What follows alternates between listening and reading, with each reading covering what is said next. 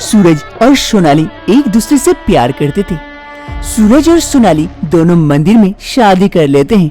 सूरज सोनाली को अपने घर लेके आता है। माँ, भाभी कहाँ हो, जल्दी आओ। सूरज की आवाज सुन सूरज की माँ रीना देवी और उसकी भाभी प्रीति दोनों हॉल में आते हैं। सूरज की माँ सूरज को ऐसी हालत में देख गुस्सा जाता है। अरे सूरज बेटा, ये क्या किया? किस लड़की को उठा के लेके आ गया तू घर? अरे माँ, मैं सोनाली से प्यार करता था, इसीलिए उससे शादी कर ली। अरे बेटा, पहले हमसे पूछ तो लिया होता, हमें कम से कम बता तो देता कि तू शादी करने वाला है। अरे माँ, ऐसी हालत नहीं थी बताने लायक, नहीं तो मैं आपको जरूर बताता। तभी ऊपर से सूरज की भाभी नीचे उतर आती है। अरे माँ जी, चुप हो जाइए, चुप हो जाइए। जब सूरज ने शादी कर ही ली है और उसे डांटने से क्या फायदा? अरे बड़ी बहू, देख ना, सूरज किससे शादी करके आया है?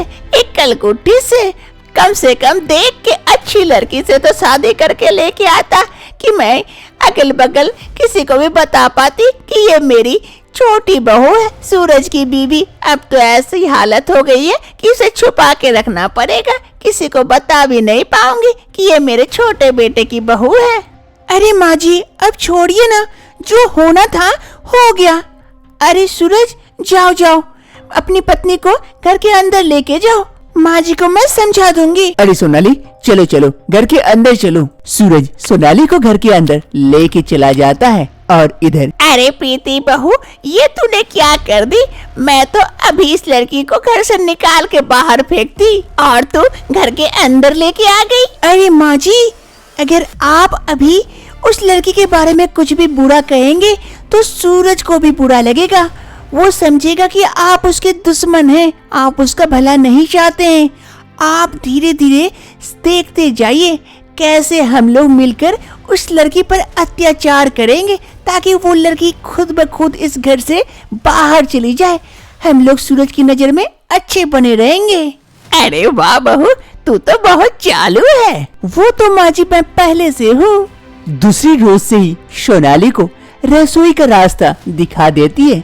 उसकी जेठानी सोनाली रसोई में खाना बना रही थी, तभी उसकी जेठानी प्रीति आती है। अरे सोनाली, क्या बना रही हो? अरे दीदी, वो सबके लिए सब्जी बना रही थी। अरे ये अंडे वाली सब्जी सासू माँ नहीं खाएगी और मुझे भी पसंद नहीं है। हम लोगों के लिए पनीर की सब्जी बनाओ। लेकिन दीदी, ये सब्जी तो बन चुकी है, फिर से बनाओ। हाँ, फिर से बनाओ। ये भी तुझे बोलना पड़ेगा क्या?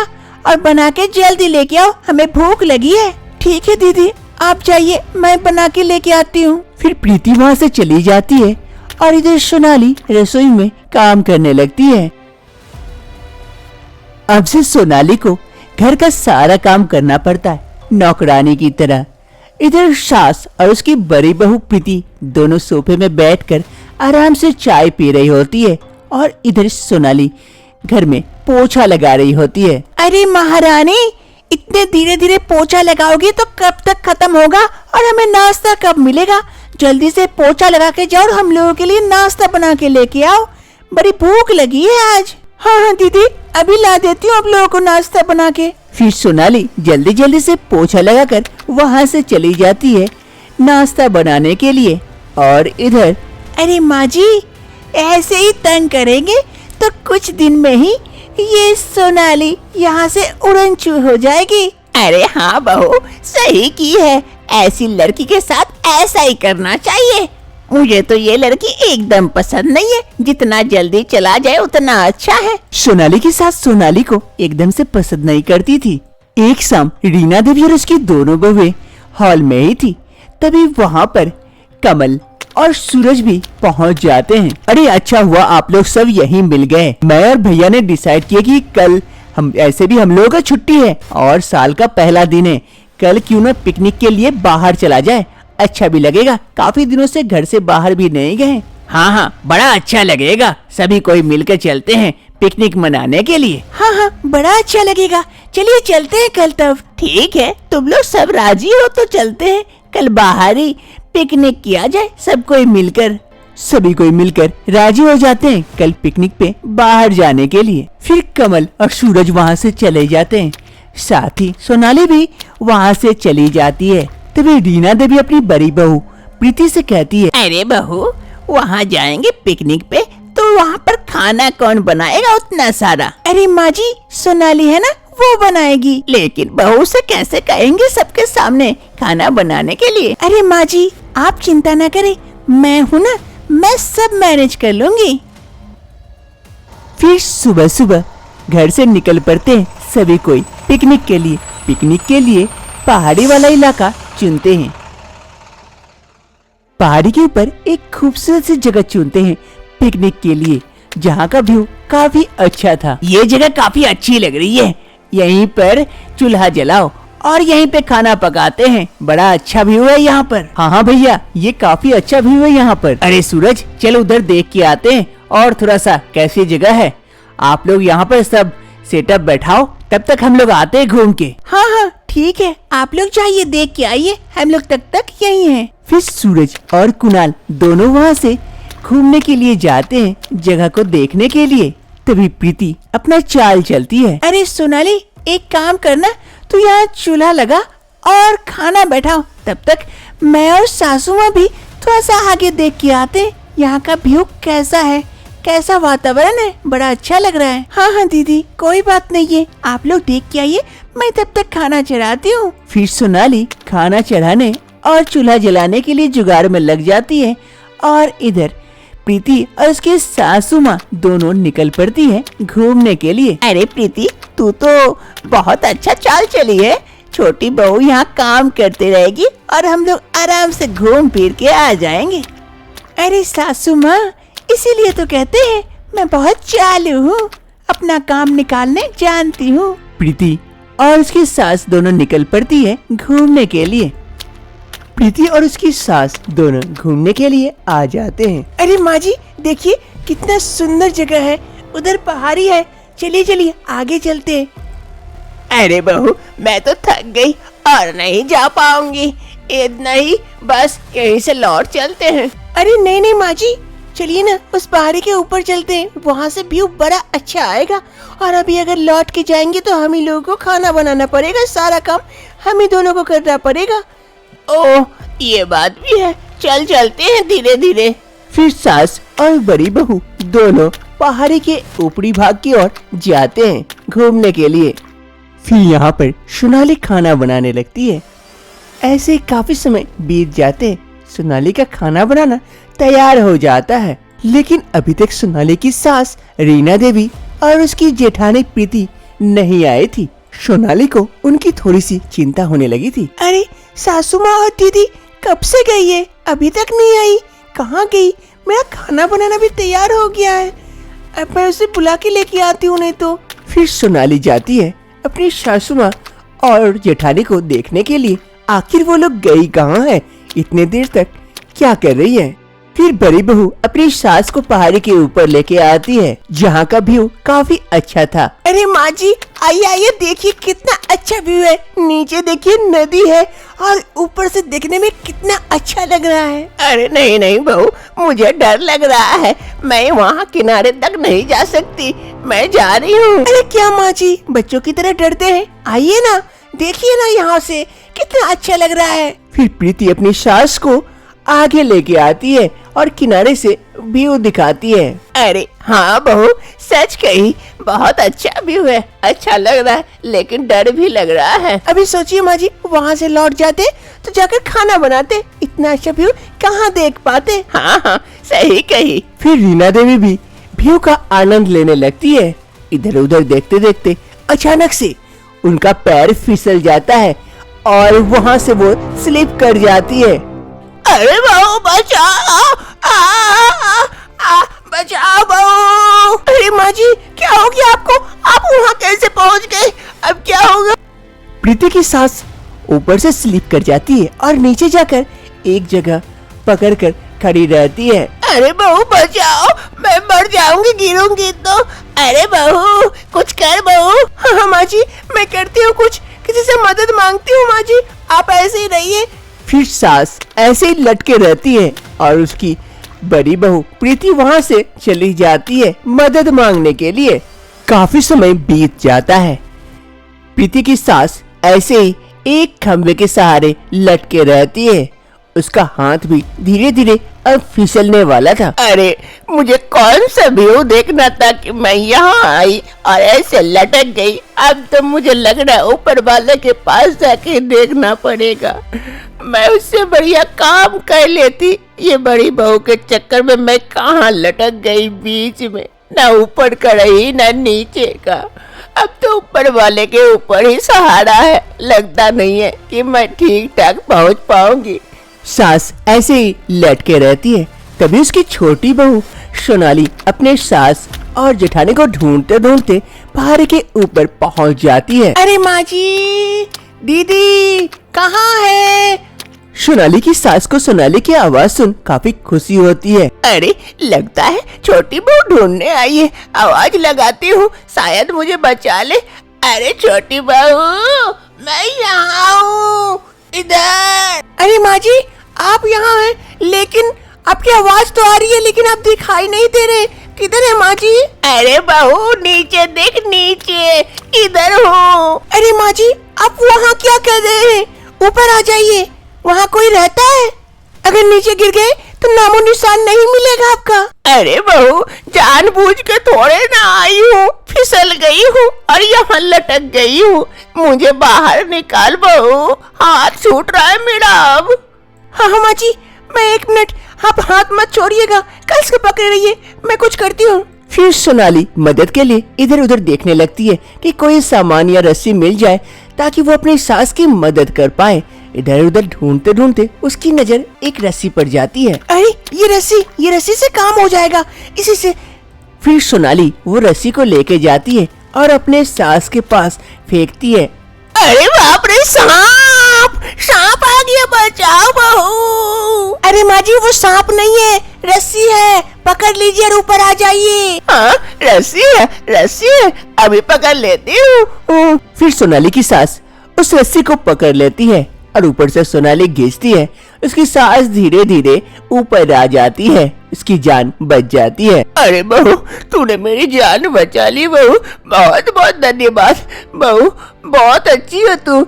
मैं क्या क्या समझती थी तुझे, और तू कैसी निकली बहू, मुझे माफ कर दे। अरे माँ जी, जान बच गई ना। अब यहाँ क्या करने आए थे? अरे बहू, मुझे बड़ी बहू लेके आई थी, यहाँ से अच्छा दृश्य दिखेगा इसलिए, और मेरा ही दृश्य बन गया था अभी यहाँ पर। लेकिन दीदी कहाँ है? अरे बोली थी मदद मांगने जा रहे हैं, नहीं पता कहाँ गई है। अगर आज तू समय पे नहीं आती तो न जाने क्या हो जाता। खैर छोड़िए माँ जी, चलिए हम लोग वहाँ पिकनिक स्पॉट पर चलते हैं।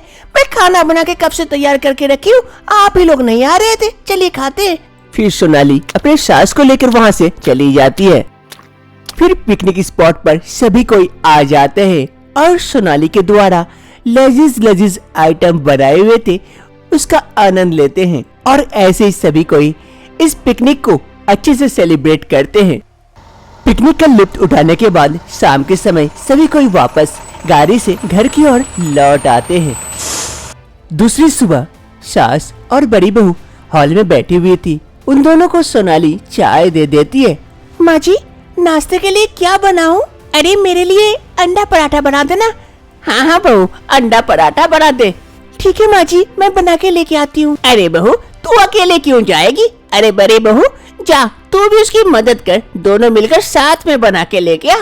माँ जी मैं? हाँ हाँ तू, क्यों तुझे बनाने नहीं आता है क्या? नहीं माँ जी, आता है, जाती हूँ। हाँ हाँ जा, दोनों मिलकर साथ में बना के आ। अब मुझे भी पता चल गया कौन अच्छी है और कौन बुरी, कौन मेरा ख्याल रख सकती है और कौन नहीं। अब से तुम दोनों समान काम करना इस घर में, दोनों बहुओं।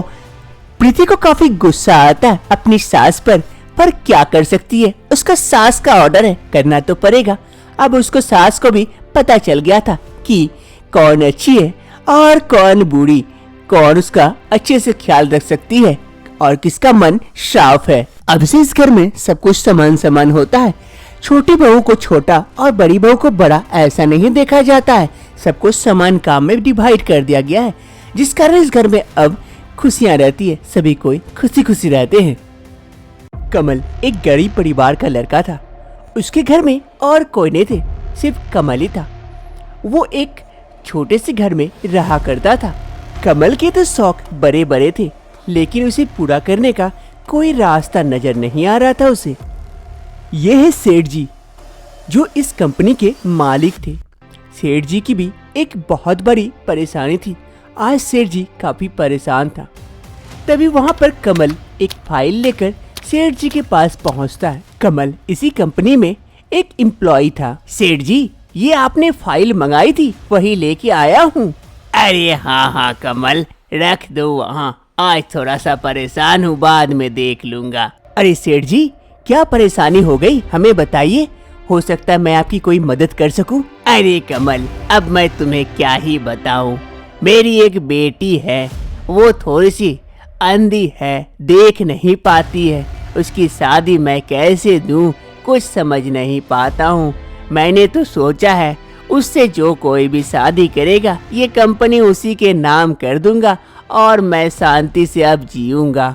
और मैं ये झंझट नहीं ले सकता, इतना सारा प्रेशर, बोझ और नहीं संभाल पाऊंगा। अरे सेठ जी, चिंता क्यों करते हैं, जरूर कोई न कोई होगा जो आपकी बेटी से शादी करेगा। अरे वही तो ढूंढ रहा हूँ लड़का, लेकिन मिल नहीं रहा है। तुम्हारी नजर में कोई हो तो बताना। हाँ सेठ जी, जरूर बताऊंगा। फिर कमल वहां से आ जाता है। हर रोज शाम के वक्त कमल ऑफिस से आने के बाद पार्क में इस जगह बैठता है। आज भी वो वहां पर बैठा था और काफी परेशान लग रहा था। तभी उसकी प्रेमिका सोनाली भी वहां पहुंच जाती है। कमल को परेशान देख उससे पूछती है, अरे कमल, क्या हो गया? आज तुम परेशान लग रहे हो, कुछ बात हो गई ऑफिस में क्या? अरे सोनाली, नहीं ऐसी कोई बात नहीं हुई है, लेकिन एक बात से मैं काफी परेशान हूँ, कुछ समझ नहीं पा रहा हूँ, क्या करूँ?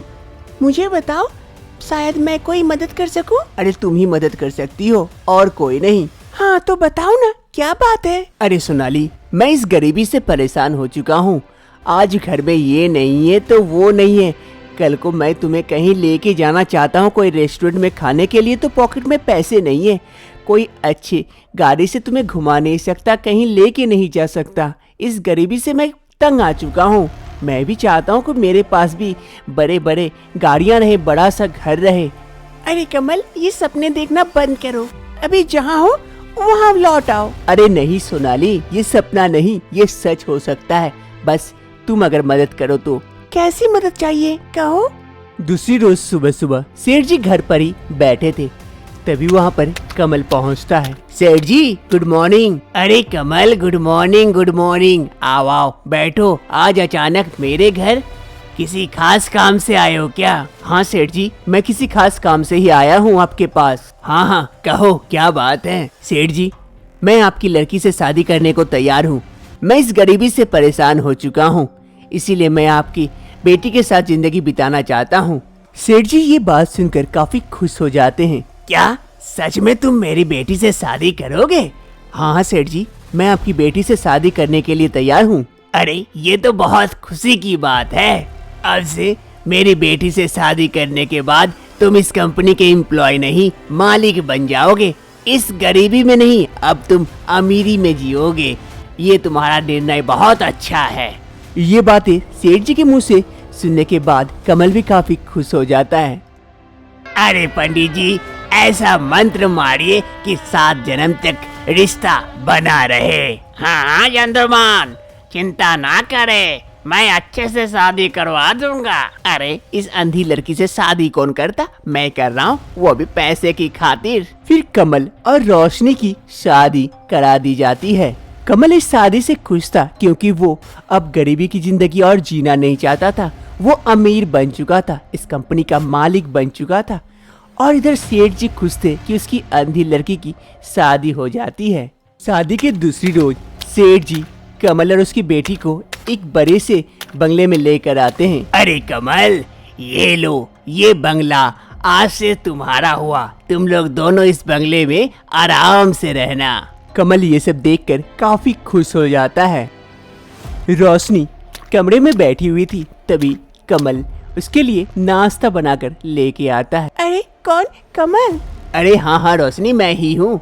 ये लो, मैं तुम्हारे लिए नाश्ता बना के लेके आया हूँ। ओह थैंक यू कमल। अरे रोशनी, मैं एक बात कहना चाहता था तुम्हें। हाँ हाँ कहो ना कमल। मैं सोच रहा था कि घर में कोई काम वाली को लगा देता हूँ जो नाश्ता वगैरह घर की सफाई वगैरह करे, क्योंकि मैं ऑफिस जाऊंगा तो तुम्हारी देखभाल कौन करेगा? कोई तो चाहिए तुम्हें देखभाल करने के लिए। हाँ हाँ जैसा तुम्हें अच्छा लगे। चलो ठीक है, कल ही मैं किसी को देखता हूँ काम के लिए। तुम ये नाश्ता कर लो, मैं ऑफिस जा रहा हूँ। ठीक है। फिर कमल वहाँ से चला जाता है। दूसरी रोज ही कमल सोनाली से शादी करके इस घर में उसे लेकर आ जाता है। देखो सोनाली, ये घर कितना बड़ा है, कैसा है? अरे ये घर तो बहुत बड़ा है, जैसा हमने सपने में सोचा था वैसा है। लगता है हमारा सपना पूरा हो गया। अरे कौन है? कौन है यहाँ पर? कौन है? कमल तुम हो? अरे कमल ये कौन है? अरे मैंने तुम्हें बताया था ना, मेरी अंधी बीबी, जिसके चलते हमें ये सारी संपत्ति मिली है। अरे कहीं से पता चल गया कि तुमने दूसरी शादी करके मुझे लेके आए हो तो? अरे कुछ नहीं पता चलेगा, ये अंधी है, देख नहीं सकती है, और बाकी मैं मैनेज कर लूँगा, तुम बस चुप रहना। अरे कमल तुम हो क्या यहाँ? अरे हाँ हाँ रोशनी, मैं ही हूँ। ओह मुझे लगा कौन आ गया घर के अंदर। अरे यहाँ मेरे सिवाय और कौन आ सकता है? अरे तो वो लड़की कौन है? कौन लड़की? वही जो तुम्हारे आसपास कहीं है। अरे अब लगता है ये नाक से सूंघ के भी बता देगी कि अगल बगल कौन है। अरे ये वो काम वाली है जो मैंने तुमसे कहा था ना कि एक काम वाली लेके आऊंगा जो तुम्हारी और मेरी देखभाल करेगा, वही है। मैं बस उसे कमरा दिखा रहा था। ओह चलो ठीक है, उसे घर दिखा दो अच्छे से, क्या साफ करना है वगैरह, खाना बनाना सब कुछ। ठीक है, मैं दिखा देता हूँ, तुम जाके कमरे में रेस्ट करो, मैं इसे घर दिखा देता हूँ। फिर रोशनी वहाँ से चली जाती है। अरे सोनाली, इससे बच के रहना होगा, ये तो नाक से भी सूंघ के सब कुछ बता देती है। चलो आओ, तुम्हें तुम्हारा कमरा दिखाता हूँ। सोनाली और कमल के लिए पूरे कमरे को फूल से सजाया गया था। सोनाली बेड पर बैठी अपने पति कमल का इंतजार कर रही थी। तभी वहाँ पर कमल आता है। अरे सोनाली, अब बोलो कैसा लग रहा है? अरे कमल, हमने जैसा सोचा था वैसा ही लग रहा है, लेकिन ये अंधी, इसके चक्कर में कहीं सब कुछ गड़बड़ न हो जाए और तुम इसे धोखा दे रहे हो, कहीं इसे पता चल गया तो? अरे चिंता मत करो, इसे कुछ पता नहीं चलेगा। तभी धीरे धीरे कमल सोनाली के करीब आकर बैठता है। तभी वहाँ पर रोशनी आ जाती है। अरे कमल, कमल कहाँ हो तुम?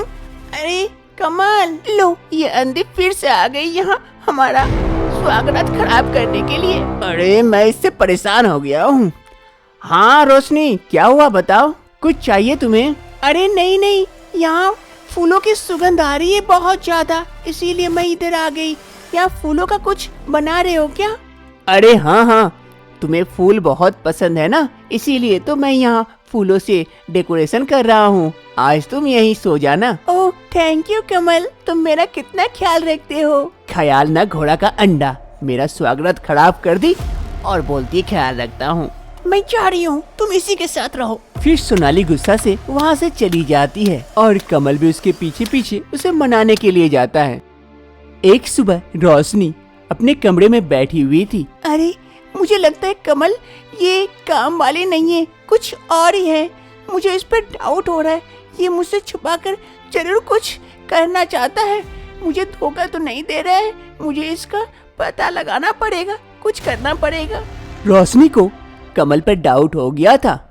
कई सालों बाद सेठ जी को आंखों का डोनर मिल गया था।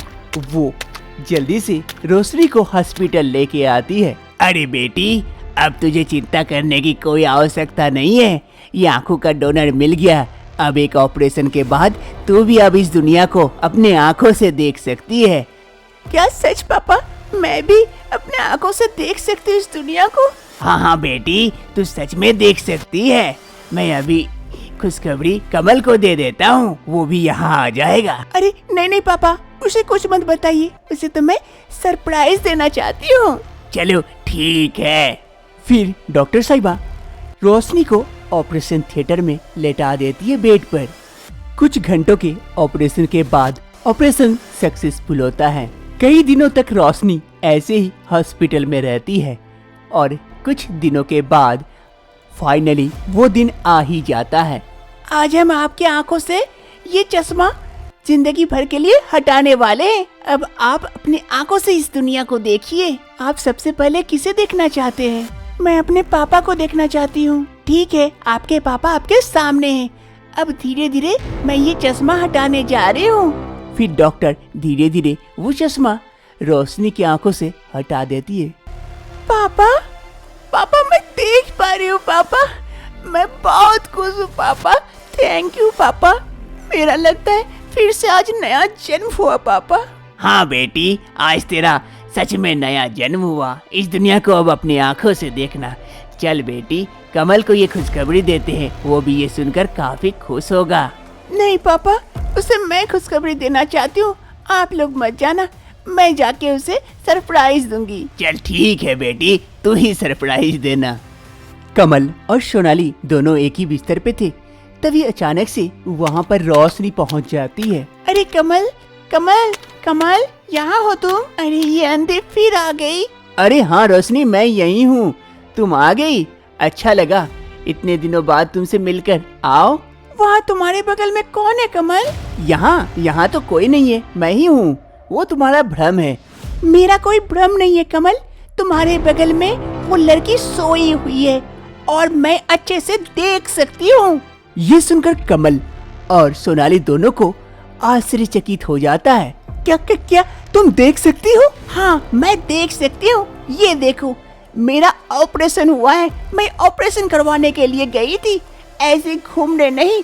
और मुझे तो तुम पर बहुत दिन पहले से डाउट था और आज ये डाउट क्लियर भी हो गया कि वो कोई नौकरानी नहीं, तुम्हारी बीबी है। तुमने दूसरी शादी की हो, मुझे धोखा दियो, मुझसे चीट किए हो कमल। अरे रोशनी, मुझे माफ कर दो रोशनी, मुझसे गलती हो गई। इस गलती की कोई माफी नहीं है। पापा, पापा आप आइए और इसे यहाँ से चले जाने बोलिए मेरी जिंदगी से।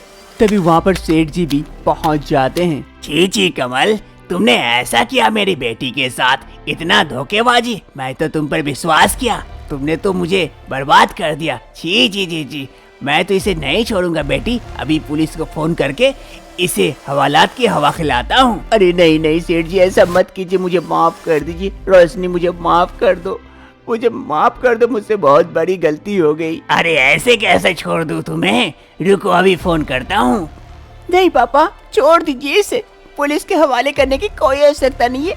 बस उसे कहिए मेरे नजरों के सामने से यहाँ से चले जाए दोनों। अरे तुम लोग दोनों ने सुना नहीं मेरी बेटी ने क्या कहा? निकलो यहाँ से, जल्दी से निकलो, वरना मैं पुलिस को फोन करके दोनों को हवालात की हवा खिला दूंगा। निकलो यहाँ से।